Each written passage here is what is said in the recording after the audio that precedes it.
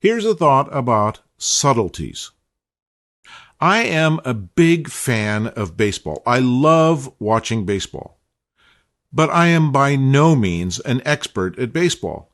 And I know that people who are experts, think the coaches, for example, and the players, for example, and people who are heavily invested in the world of baseball, have to see things that happen on the baseball field that I don't.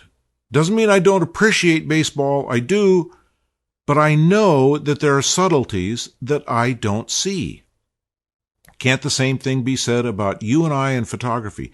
We're sort of experts at photography. We live, eat, and breathe photography. We love photography. It's our great passion in life. Doesn't it make sense that we can see things in a photograph or in a scene or in a book that people who are not photographers don't see? We have to be careful of this.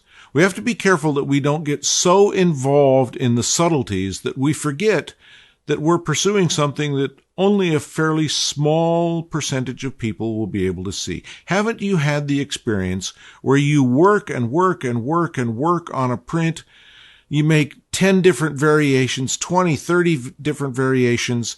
You wake up the next morning and look at those prints in the wet dark room, or you look at those prints out of the inkjet printer and you think, what's the difference? They all look pretty much the same. We can chase subtleties that are so subtle that no one will see them.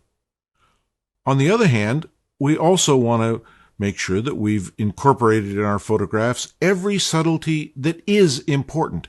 It's a fine line knowing when we're becoming too subtle and when we're becoming lazy and not subtle enough. It's a challenge, but it's worth thinking about.